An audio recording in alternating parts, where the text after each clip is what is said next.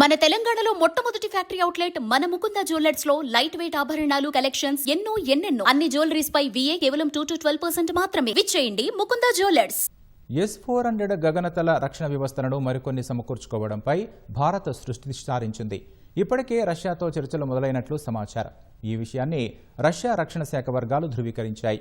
Operation Sindoor సమయంలో S-400 అద్భుతంగా పనిచేసినట్లు వాయుసేన పేర్కొనడంతో మరికొన్ని యూనిట్లు కొనుగోలు చేసేందుకు భారత్ సిద్ధమైనట్లు తెలుస్తోంది.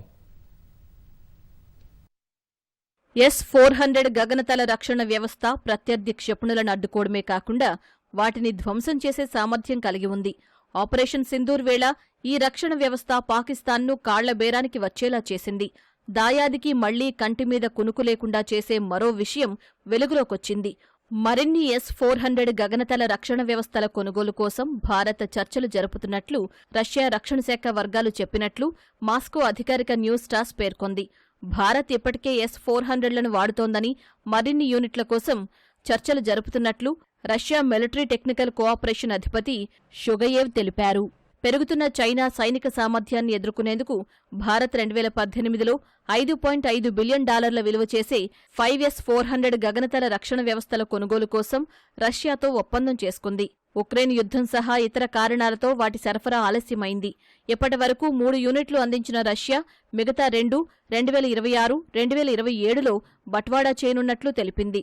Stockholm International Peace Research Institute గణాంకాల ప్రకారం 2020-24 మధ్యకాలంలో భారత్ అత్యధికంగా 36% ఆయుధాలు రష్యా నుంచే కొనుగోలు చేసింది. తర్వాతి స్థానాల్లో ఫ్రాన్స్, ఇజ్రాయెల్, అమెరికా ఉన్నాయి.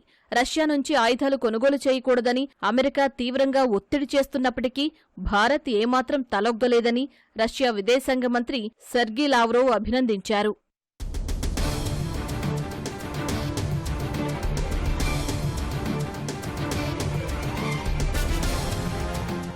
ఆపరేషన్ సింధూర్ వేళ S-400 ప్రపంచ రికార్డు సృష్టించింది. పాకిస్తాన్కు చెందిన విమానాన్ని ఏకంగా 300 కిలోమీటర్ల దూరం నుంచే ధ్వంసం చేసినట్లు సైనిక అధికారులు ప్రకటించారు. గతంలో ఎన్నడూ కూడా ఉపరితలం నుంచి గగనతలంలోని లక్ష్యాన్ని ఛేదించలేదన్నారు. ఇదివరకు 200 కిలోమీటర్ల దూరంలోని లక్ష్యాలను మాత్రమే కూల్చినట్లు చెప్పారు. S-400 గగనతల రక్షణ వ్యవస్థల్లో వాడే 4 రకాల క్షిపణుల్లో 40N6 రేంజ్ 400 కిలోమీటర్లు. వాయుసేన దానిని ఆపరేషన్ సింధూర్లో పూర్తి స్థాయిలో వాడుకుంది. వాటికి భయపడే పాకిస్తాన్ తమ F-16 ఫైటర్ జెట్లు చైనా నుంచి కొనుగోలు చేసిన యుద్ధ విమానాలను సుదూర ప్రదేశాలకు తరలించింది.